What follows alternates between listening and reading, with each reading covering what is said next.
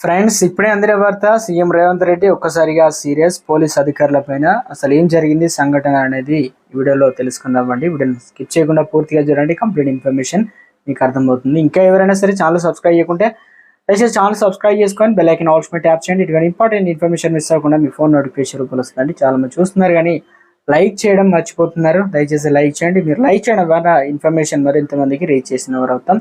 Late చేయకుండా వీడియోలో కనుక వచ్చినట్లయితే, పోలీసుల పైన సీఎం రేవంత్ రెడ్డి సీరియస్ అయ్యారు. పోచారం శ్రీనివాస్ రెడ్డి ఇంటి దగ్గర పోలీసుల వైఫల్యంపై ఆగ్రహం వ్యక్తం చేశారు.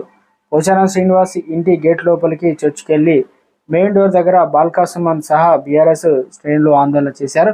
పదుల సంఖ్యలో పోచారం ఇంట్లోకి బీఆర్ఎస్ నేతలు చొరబడ్డారు. బీఆర్ఎస్ శ్రేణులు ఆందోళనతో పోచారం శ్రీనివాస్ రెడ్డి ఇంటి దగ్గర కొద్దిసేపు ఉద్రిక్త నెలకొంది. పోచారం ఇంటికెళ్లారు. West zone DSP Vijay Kumar, Balka Suman సహా బీఆర్ఎస్ నేతలు చొరబడి తీరును అడిగి తెలుసుకున్నారు.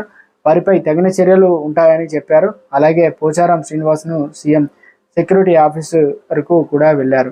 ఇక మొత్తానికి ఒక్కసారిగా తీవ్ర ఉద్రిక్త పరిస్థితులు రావడంతో పోలీసుల పైన సీఎం రేవంత్ రెడ్డి ఒక్కసారిగా ఈ రకంగా జరగడంతో సీరియస్ అయ్యారు.